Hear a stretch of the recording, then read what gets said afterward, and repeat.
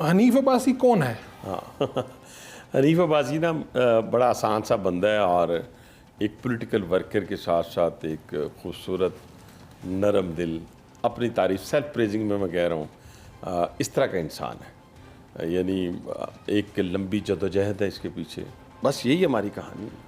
कहाँ पैदा हुए?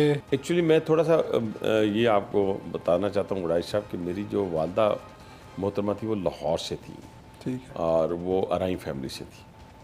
और मेरे जो नाना थे वो मतलब कि एक ज़िम्मेदार शख्स थे। और फिर जो मेरे 3 मामू थे, 2 पहलवानी करते थे कच्चे खाड़े में। ओह, यहाँ पे सांदा कलां उनका जगह थी, और गुलशन रावी जो थी ये मेरे नाने की जगह पे बनी।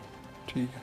तो यहाँ पे उनके जहाँ पे आज का गुलशन रावी है, गुलशन रावी ये खेत होते थे। ठीक। यहाँ खूह होता था, हमारे मामू वगैरह वहाँ बैठते थे। वहीं कच्चे खाड़े थे 2 जहाँ पे वो पहलवानी किया। बड़े जो थे वो पढ़े लिखे से मुराद यानी DG rural area Punjab retirement हुई थी। ठीक है। उन्होंने जो है उस वक्त अपना पार्टीशन से पहले जो है वो मैट्रिक और ग्रेजुएशन और जो भी होता है वो किया उन्होंने। बड़े डिसेंट इंसान थे।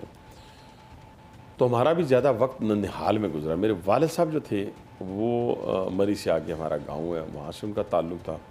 मेरे ताया जान जो थे वो फर्स्ट ऑडिटर जनरल पाकिस्तान थे। ओह, ठीक है, अकाउंटेंट जनरल पाकिस्तान से थे वो थे।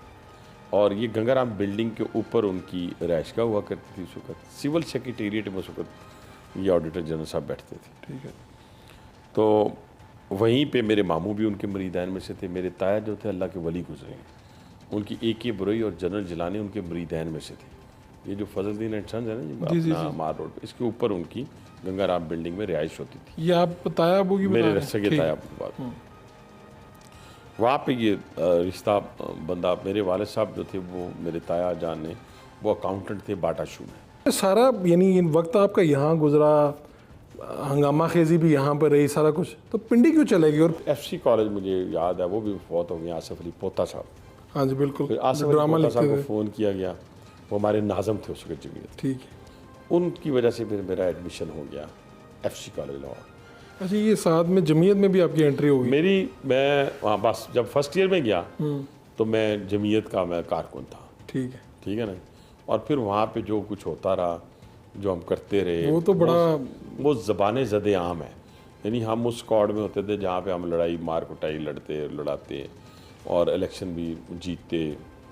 यूनियन, तलबा यूनियन का ज़माना है वो, तलबा यूनियन का। और उस वक्त तक तो अभी पाबंदी लगी नहीं थी। और मुझे आज भी याद है वो ख्वाजा साद रफ़ीक हमारे बड़े भाइयों की तरह कि 1984 में हम पूरा लाहौर जमीयत जीत गई थी। इवन गवर्नमेंट कॉलेज में भी जीत गई थी, साइंस कॉलेज में भी जीत गई, तो MA कॉलेज में भी हम जीत गए।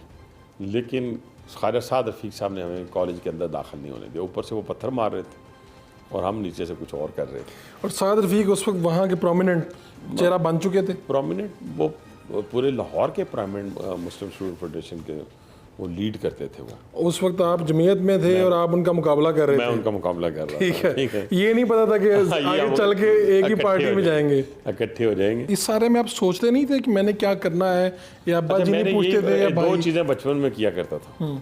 एक शौक था दुकानदारी का। ठीक है। तो ये छोटी छोटी दुकानें भी बना लेता था मोहल्ले में। तो एक था ये खड़पैंची का, सियासत का, पॉलिटिकल वर्कर होने का। वो ये बड़े बचपन से था ये चीज़ें। एक्टिविस्ट थे आप? 77 की मूवमेंट में मैं 14 साल का था। उसमें मैंने शिरकत करता था, जाके अंदाज़ा लगा लें आप। शादी हुई तो मेरे जो फादर इन लॉ थे वो फार्मासिस्ट थे। अच्छा। Senior pharmacist. उन्होंने मेरी मिसेज को कहा काम सम तो करता कोई नहीं थे, इनको कोई दवाइयाँ शवाइयाँ जड़ियाँ नहीं, मैं जहाँ पे काम करता हूँ तो ये वहाँ पर ट्रेनिंग शुरू कर दी। और पिंडी की हमारे पास डिस्ट्रीब्यूशन अवेलेबल है।